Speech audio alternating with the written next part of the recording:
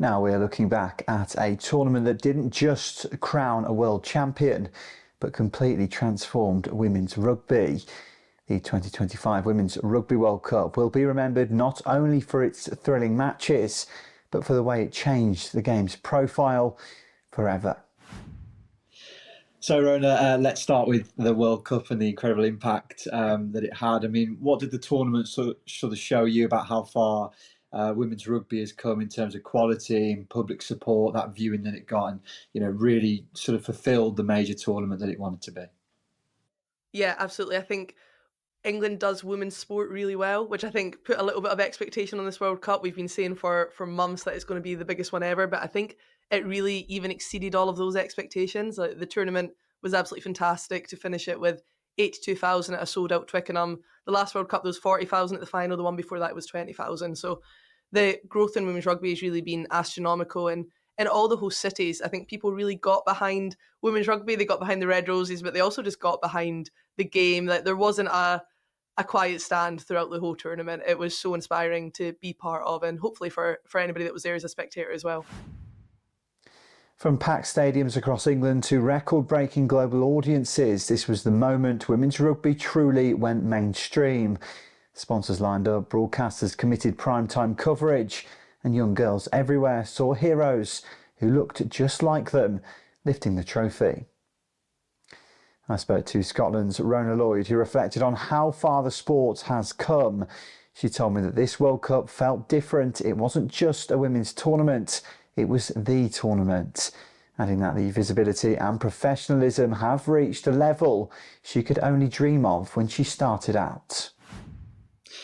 And obviously the Women's Lions Tour, I mean, that just sort of shows how the game has grown to have that first tour. What's that going to be like for you in terms of the countdown's on? You want to make sure you're in the mix. I mean, that's so exciting to have that sort of target on the horizon.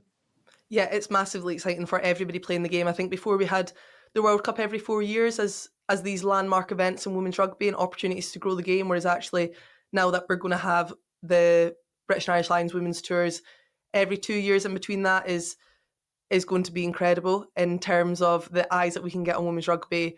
Royal London's investment from the grassroots game right up to the British and Irish Lions is just going to make it an incredible tour to remember. And I think as women's rugby's grown, we need to keep investing in the game from the grassroots and all the way through to the elite level. There's more and more girls playing, so we need to make sure that the facilities are there to make that possible.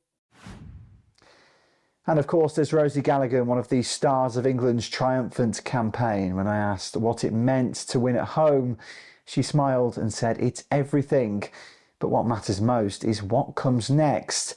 More girls playing, more countries investing, and a true belief that this is only the beginning."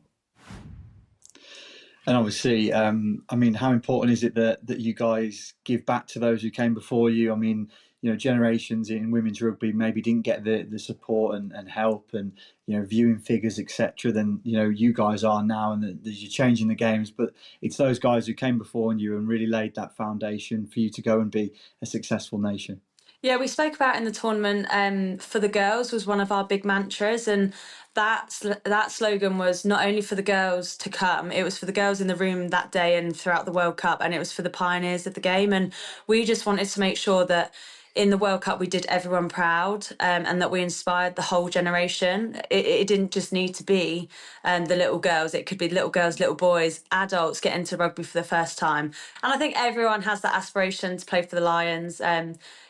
I think at the minute, the World Cup and being involved in international duty is the highest accolade that you can have in the women's game. But this is just another level. And I think the World Cup success that we've had hopefully can keep generating into 2027. And then that can be a phenomenal tournament in itself.